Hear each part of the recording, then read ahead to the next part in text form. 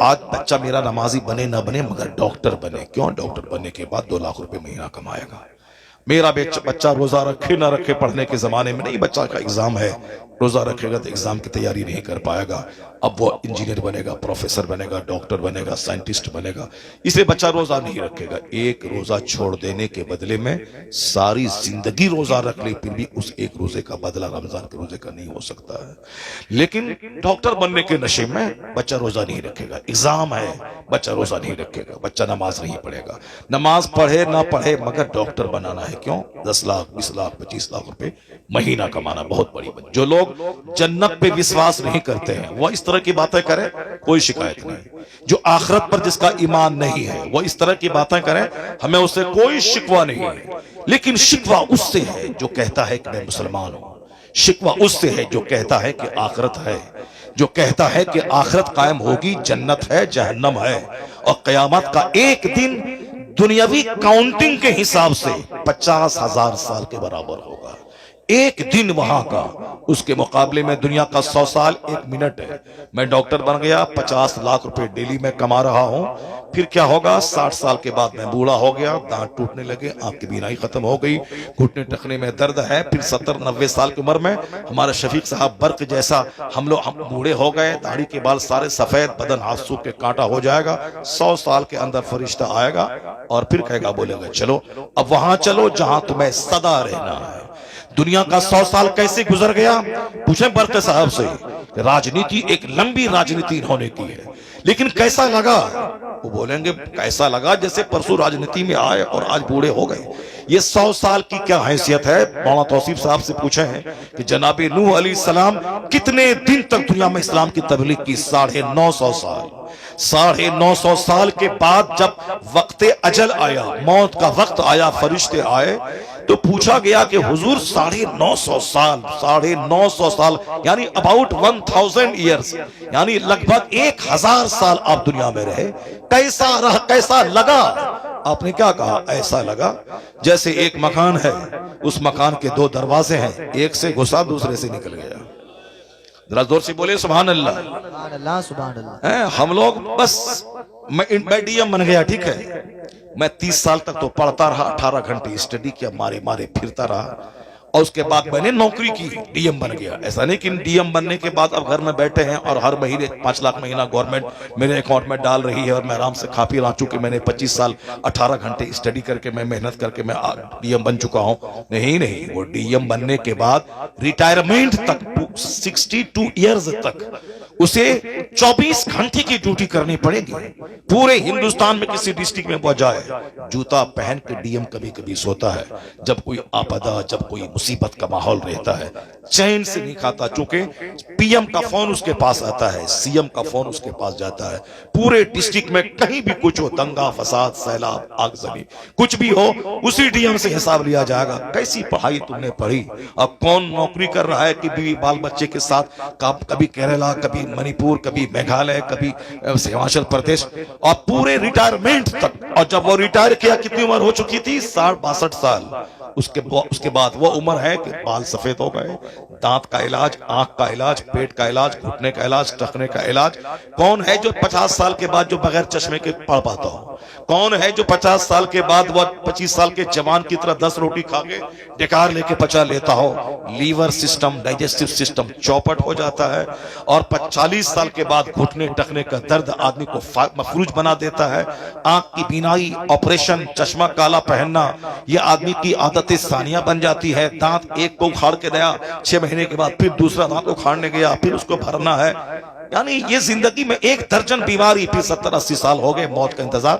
چلیے 100 سال میں ڈی ایم بنے کہ ڈاکٹر بنے کہ ارب پتی بنے کہ برق صاحب کی طرح لگاتار 3-4 پیریڈ تک ایم پی بن کے رہیں, کہ صاحب مودی جی کی طرح بالکل پرائم منسٹر, سی ایم رہیں گجرات کے, اور پی ایم رہیں پورے بھارت کے 2024 میں, اور پھر دوبارہ جیتنے کا پلان باندھیں, کچھ بھی کریں, 100 سال کے اندر ہی اندر اسے وہاں جانا ہوگا جہاں موت نہیں ہے, جہاں کا ایک دن 50,000 سال کے برابر ہے.